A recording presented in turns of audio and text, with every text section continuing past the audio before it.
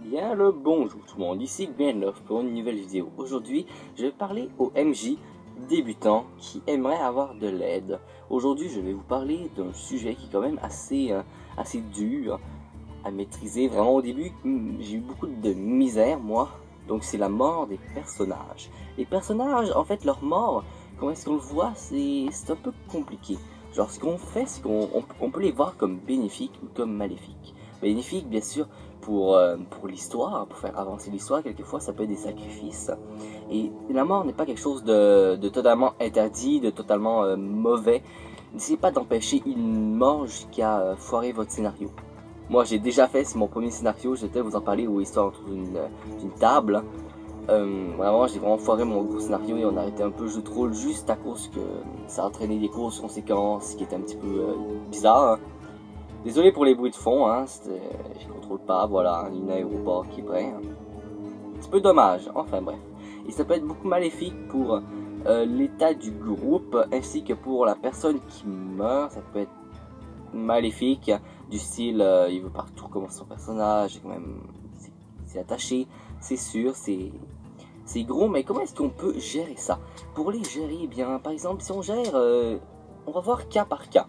Par exemple, les personnes qui veulent pas arrêter de mourir, pour le troll par exemple. Ça, c'est quelque chose d'assez compliqué. Moi, ce que j'avais fait, c'est que j'avais rendu un personnage, pour pas faire des milliards et des milliards de fiches, j'avais rendu une personne qui était pas immortelle, mais qui était une espèce de semi-dieu. Et quand il mourait, il pouvait se régénérer, mais je l'ai fait qu'en fait c'était un grand-père, donc il pouvait presque rien foutre. Donc ça c'est bien pour te dire, tiens, ce personnage-là, n'avait pas de mourir, bah tiens, je te mets une espèce de malédiction si on veut. Euh, c'est un peu, c'est un peu con dit comme ça, mais on peut.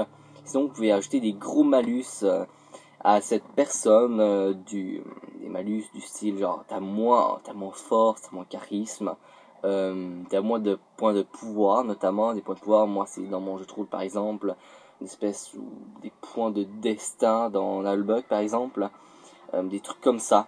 Encore moins de pièces d'or, vous avez des gros malus qui va l'entraîner à dire ouais, peut-être que j'arrête. Et c'est mort, essaye de les rendre les moins drôles que possible et les moins épiques. Du style, tu te fais enfermer dans une prison et tu meurs de faim. Voilà. C'est une mort pas épique, c'est une mort nulle, il va peut-être se reprendre en main et dire ah c'est dommage. Et s'il continue de même, eh bien vous pouvez même l'exclure de la partie. Ça c'est vraiment des cas extrêmes. Sinon des personnes qui meurent parce qu'ils sont pas assez bons, parce que dans leur fiche de personnage ils sont pas assez bons, ils ont pris des trucs genre il y avait trop de force, ils ont pris un mage, il n'y a pas assez d'intelligence, il y a des trucs comme ça, eh bien vous pouvez le guider, vous pouvez guider cette personne, vous pouvez aussi l'aider à changer toujours de classe.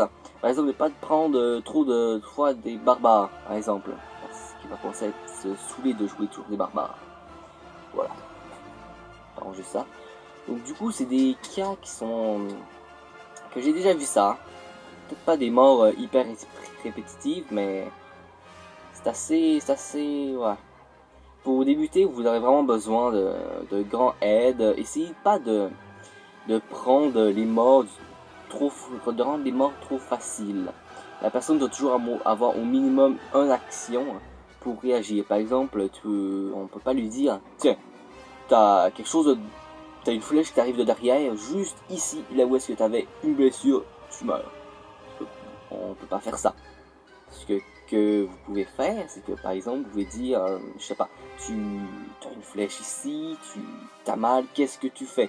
En ce moment, la personne va dire, bah, je vais peut-être essayer de l'arracher, je vais peut-être me soigner, je vais peut-être, je sais pas, aller voir un membre du groupe, aller me cacher, essayer de faire des trucs. Pas, tu meurs, en une action. On ne peut pas dire ça. Ça, c'est vraiment, c'est pas dur à comprendre, mais c'est quelque chose qu'il faut vraiment comprendre absolument.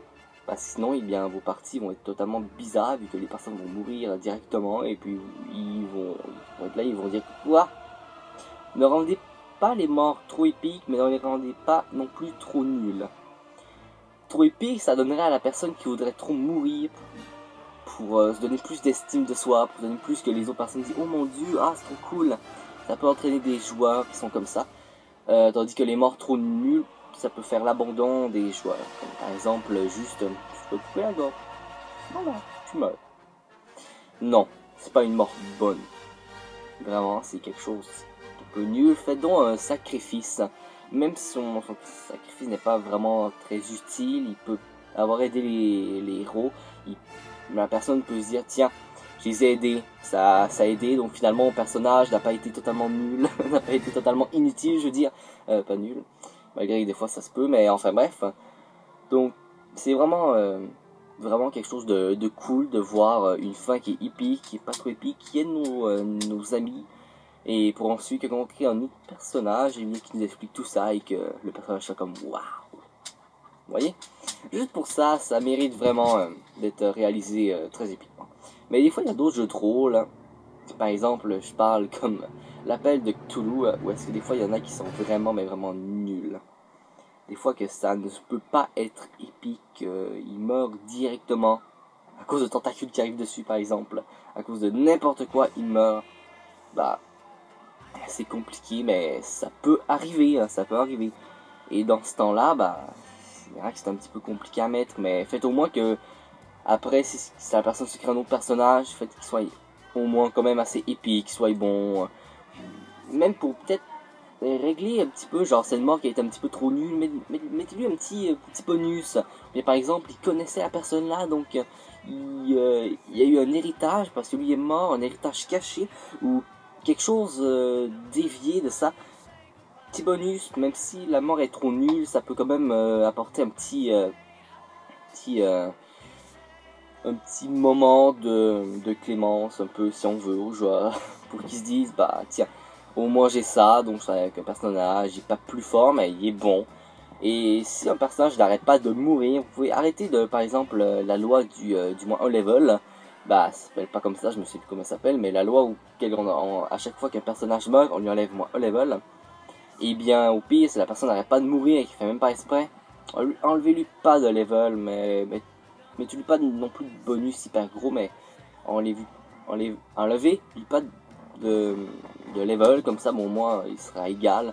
Il va arrêter d'être toujours en recul parmi les autres qui n'arrêtent pas de mourir, donc mettez-les au niveau le plus haut de tes personnages. Par exemple, si on a un qui est level 5, l'autre qui est level 4, bah, mettez celui-là qui est mort level 5.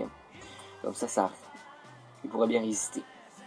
Parce que voilà, si t'es level 3, t'as un monstre level 6, bah voilà quoi, ça va pas vraiment être bon. Donc du coup, j'espère que cette vidéo vous a quand même bien aidé. Bien sûr, il n'y a pas beaucoup de visuels et tout. Bon, là je suis en vacances, je peux pas trop hyper bien travailler, surtout que j'avais eu une chaîne de montage qui était quand même bien. Mais bon, je peux pas trop l'utiliser, donc j'essaie de faire comme je peux, tout simplement avec des vidéos comme ça. Voilà. Donc c'était tout. Par exemple, peut-être vous essayez de vous dire quelques trucs. À la fin de l'été, quand j'aurai mon ordinateur, j'aimerais bien enregistrer une partie et la mettre par la suite sur YouTube. Quelle partie, avec quel scénario, je ne sais pas. Mais par exemple, je vais le faire. C'est une annonce officielle, je vais essayer de le faire. Donc voilà, donc je vous dis ciao tout le monde, c'était Grandloft.